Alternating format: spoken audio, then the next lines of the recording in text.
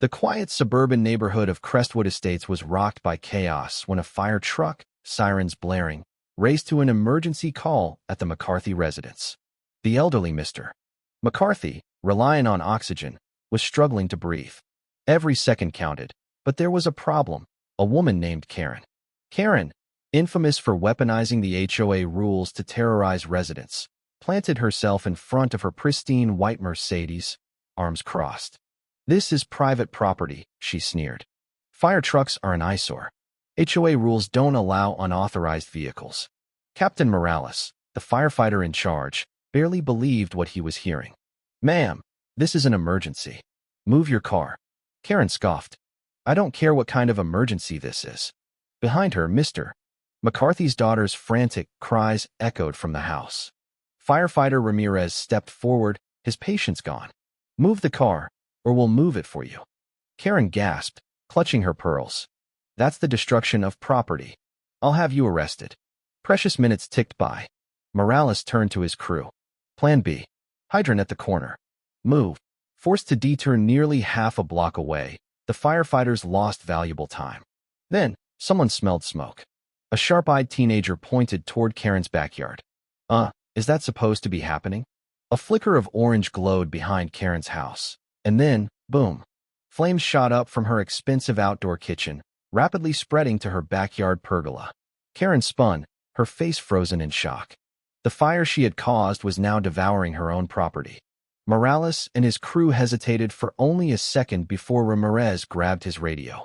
"Dispatch, requesting authorization to remove an obstruction." A crackle, then approval. The crowd erupted in cheers as the firefighters smashed Karen's driver's side window, threw the car into neutral, and pushed it into the street. The hoses blasted into action, but it was too late for the back of Karen's house. Neighbors watched in a mix of horror and satisfaction. Karen had spent years finding residents for mailbox colors and lawn heights. Now, her own house was in flames because of her own stubbornness. Just as the firefighters finally gained control of the blaze, the HOA president, Mr. Thompson, approached Karen, clipboard in hand. "Karen, due to your obstruction of emergency services and property damage, you are being fined." Karen's jaw dropped. "You can't fine me. I am the HOA." Thompson adjusted his glasses. "As of 3 minutes ago, we unanimously voted to remove you from the HOA board." The crowd cheered. Karen, covered in soot, could only stare in disbelief as her kingdom crumbled. The following evening, an emergency HOA meeting was held. The entire neighborhood showed up, too many for the clubhouse, so they moved it outside, right in front of Karen's burned-out house. The charges were laid out: obstruction of emergency services, HOA abuse of power, property damage, and reckless endangerment. The punishment?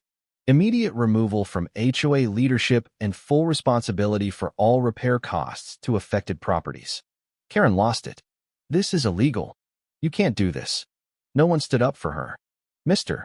Patel, one of her longtime victims, crossed his arms. "Better start paying up, Karen. HOA rules, remember?" Days later, Karen learned the worst news yet. Her insurance wouldn't cover the damages. Blocking emergency services had voided her claim.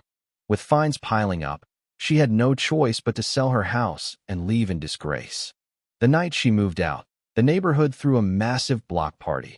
Music, food, and laughter filling the air for the first time in years. Karen sat in her car, watching from a distance, seething. But the universe wasn't done with her yet. She relocated to another HOA community across town, thinking she could start fresh. But the day she moved in, she found a letter waiting in her mailbox, a violation notice. The reason?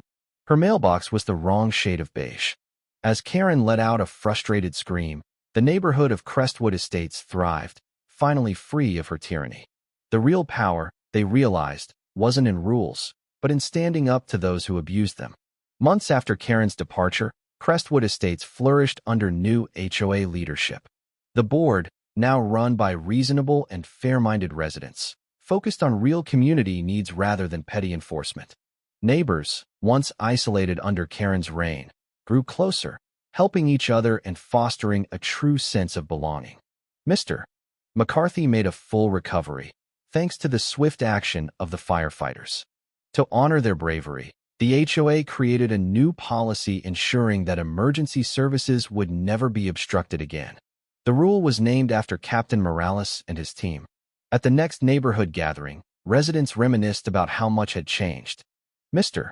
Patel, enjoying his brand-new, non-HOA-compliant front yard decor, chuckled.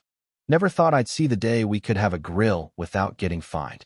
Tom, a new HOA board member, raised a toast to a community that stood up and took its power back. As laughter and cheers filled the air, the neighborhood embraced its newfound freedom. And somewhere, far away in a new HOA community, Karen fumed as she read yet another violation notice. Crestwood Estates had moved on, and for the first time in years, it finally felt like home.